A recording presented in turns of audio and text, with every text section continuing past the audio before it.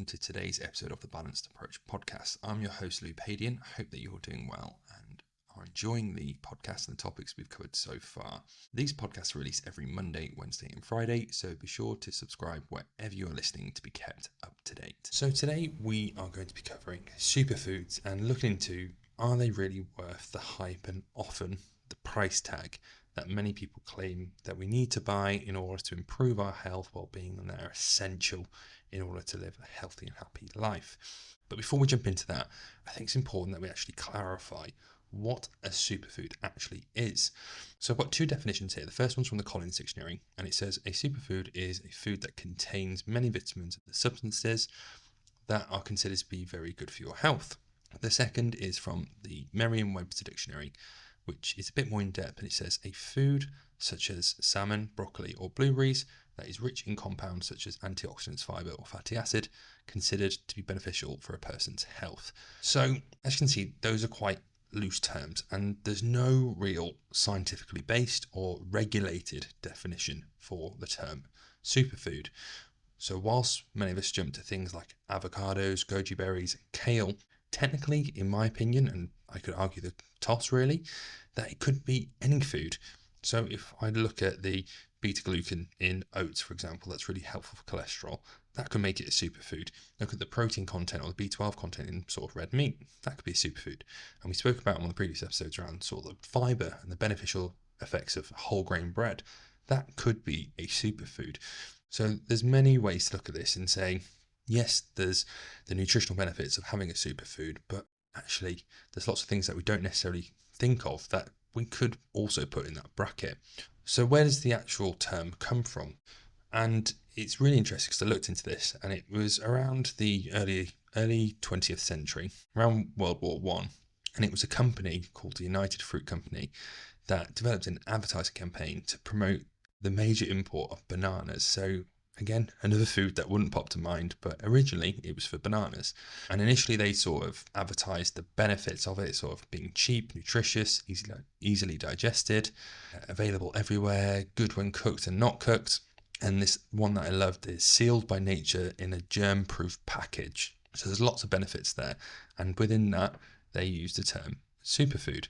And by adding this term in there, sales basically boomed and demand boomed as well.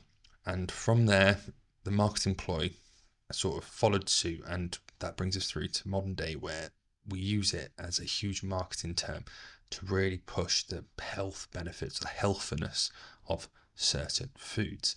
Now, this brings us on to the questions that are superfoods actually worth buying? And there's a really, really big survey that was done, and I'll read you off some of the findings from it. So most people tend to buy superfoods for a wide variety of things. And when they sort of assess this, the most popular at 54% was immunity. Next after that, 48% was energy.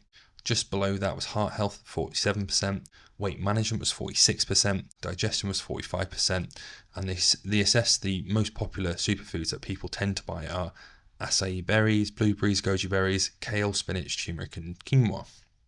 The other interesting things that they found from doing this survey is that the average consumer of superfoods is willing to pay an additional 25% for these foods, and 15% of consumers were willing to pay an additional 50% or more, which is a huge markup. And as you can see, there's huge benefits from companies labeling or playing on these nutrient sort of benefits from these foods and getting them thought of as a superfood. Now, a study published in 2017 looked into superfoods and what the average person was willing to spend, or what the average cost was. So foods that were labelled or referred to as superfoods on average were 2.5 times more expensive than non-superfoods. They also found that there was no clear evidence that superfoods were more effective at promoting or providing health benefits than non-superfoods, which is a massive, massive find really, that we're willing to pay, or they are priced at 2.5 times to be more expensive without any additional benefits. And then there was a follow-up study in 2018 where they found again that consumers were willing to pay more for superfoods because they believed they were healthier than non-superfoods. However, when they looked into it, there was no significant difference in the nutrient content of superfoods versus non-superfoods. So what can we do with this information? Well, I found a list of pretty much simple swaps. They're not nutrient for nutrient. They're not going to be benefit for benefit. As we know, the variety within your food is super important. So if we're looking for more affordable options, these are just a few that I managed to find. So if you're having acai berries, actually swapping them for strawberries can be 80% cheaper.